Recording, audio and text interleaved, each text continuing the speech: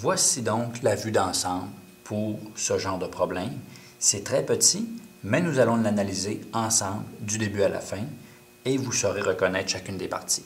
Mais on voit que la structure est beaucoup plus complexe que ce que nous avons fait jusqu'à présent. Allons-y avec l'explication pour arriver à la réponse. Voici un exemple qui est beaucoup plus poussé. Cet exemple-ci pourrait vous aider pour la page 49-50 du cahier d'exercice, c'est-à-dire lors des numéros 17B et D. Ce sera le même principe qui devrait s'appliquer. On vous dit l'aire totale de ce développement est 267,164 cm². Et on vous dit que le rayon du cercle est de 4,5 cm et on nous demande de trouver la mesure qui est demandée, c'est-à-dire qu'on veut connaître la hauteur du rectangle qui est ici.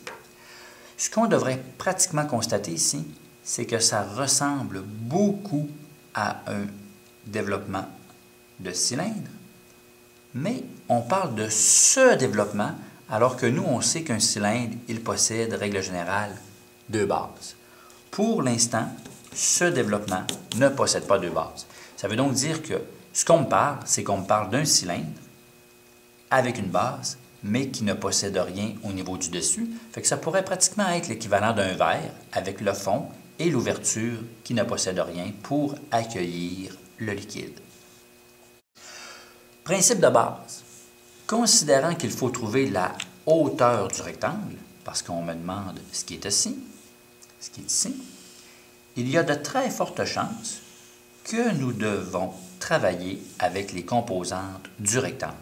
Si on veut la hauteur du rectangle, eh bien, soit que je vais travailler avec l'aire ou avec le périmètre du rectangle. Et là, ce sera vraiment à vous d'avoir la bonne information. Ce que l'on sait pour l'instant, c'est que la circonférence du cercle, c'est exactement la même chose que la base du rectangle. Donc, je veux la hauteur, le plus d'informations que je peux avoir par rapport au rectangle sera important. Avec le rayon du cercle, parce qu'on me disait que le cercle avait un rayon de 4,5 cm, avec le rayon du cercle, je peux facilement trouver la circonférence. Circonférence, 2 fois pi fois r, et on trouve que la circonférence vaut environ 28,27. Ça veut dire que ce rectangle-ci, d'un bout à l'autre, représente la circonférence du cercle, qui est environ 28,27 cm. Bon, eh bien, pour l'instant, je connais la base du rectangle et je voudrais avoir la hauteur. Si jamais on travaille dans un cylindre, nous, on sait qu'on pourrait trouver l'aire du disque pour prendre le total qui me disait 267. Et si je prends le total du développement et que j'enlève le cercle, eh bien, il ne me restera que l'aire du rectangle. C'est un peu ce que je disais ici. Il faut que je travaille avec les composantes du rectangle. Donc, trouvons l'aire du disque pour le soustraire et afin d'avoir l'aire du rectangle. L'aire est donnée par pi r2 au carré, pi fois le rayon au carré 4,5, 4,5 au carré multiplié par pi, ça nous donne environ 63,62. Si on prend l'aire totale, 267, qu'on enlève le cercle, eh bien, on pourrait se dire que l'aire du rectangle, c'est 267,164 moins le cercle, 63,62, ce qui nous donne 203,544. Et ceci, c'est vraiment pour l'aire du rectangle. J'ai enlevé le cercle pour avoir une composante de l'aire du rectangle et je veux avoir une composante de l'aire du rectangle pour me dire je connais l'aire et la base du rectangle, reste simplement à calculer la hauteur. Ce qu'on se dira, je connais l'aire, j'ai la base, je veux la hauteur. L'aire est 203, la base vaut 28,27, nous l'avons déterminé avec la circonférence.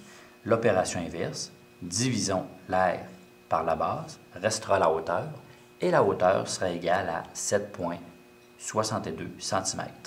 Réponse, la hauteur du rectangle vaut 7,62.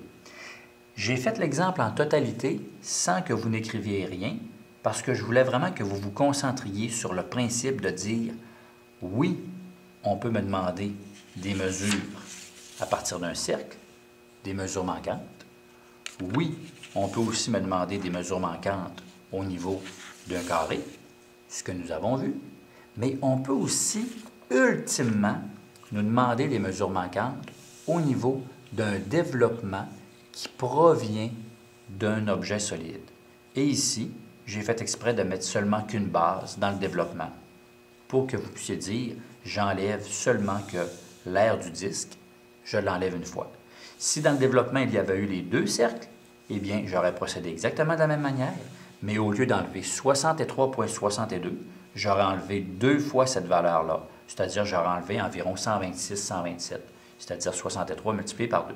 Mais je voulais vraiment vous dire, pour avoir la hauteur du rectangle, je dois avoir une composante connue afin d'isoler et de vraiment avoir la mesure recherchée. Problème que je vous dirais beaucoup plus complexe que ce que nous avons fait, mais ça pourrait être un niveau attendu pour certaines personnes. Sachez le savoir.